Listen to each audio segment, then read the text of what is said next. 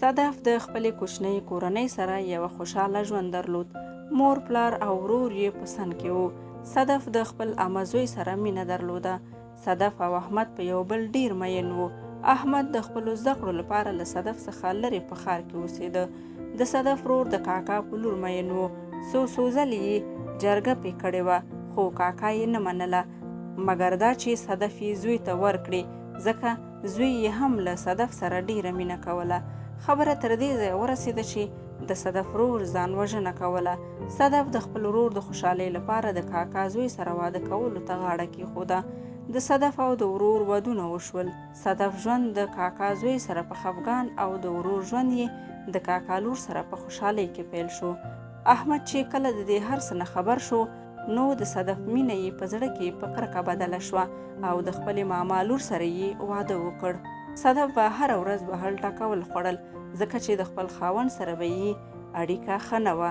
خپلې کورنۍ یې هم پرېښوده. کورنۍ یې ښار ته کډه شوه. صدف د ډېر خفګان نه په یوې سختې ناروغۍ اخته شوه. خاوند یې له کور وشړله. په کلي کې یې نوم بد شو. ټولو خلکو ورپسې خبرې کولې چې صدف د خاوند د کوره تښتېدلې ده. هر چا به ورڅخه کرکه کوله. صدف په هدیره کې ځان ته په کوچني شانتې کوټه کې د ناروغۍ شپې او ورځې سبا کولې. له ټولو څخه لرې شوه. کله چې احمد د صدف د واده کولو اصلي لامل نه خبر شو، نو د صدف څنګ ته لاړ او په هدیره کې صدف ته د واده کولو وړاندیز وکړ. صدف هماغه شیبه خپل ژوند بایللی و. احمد د زړه له درده فریادونه وکړه.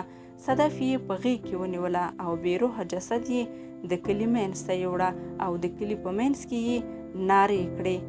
دا د هماغه بدبخته چې د ورور خوشحالۍ لپاره یې خپله مینه او خپل ژوند قربان کړ او په بدل کې یې د ټولو کرکه او نفرت لاسته راوړ. آیا دا انصاف دی؟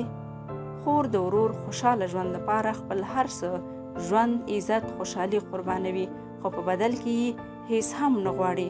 خور د الله یوه نایابه هستي ده چې هر څوک یې د لرلو ارزښت نه لري، نو په ارزښت یې پوه شئ.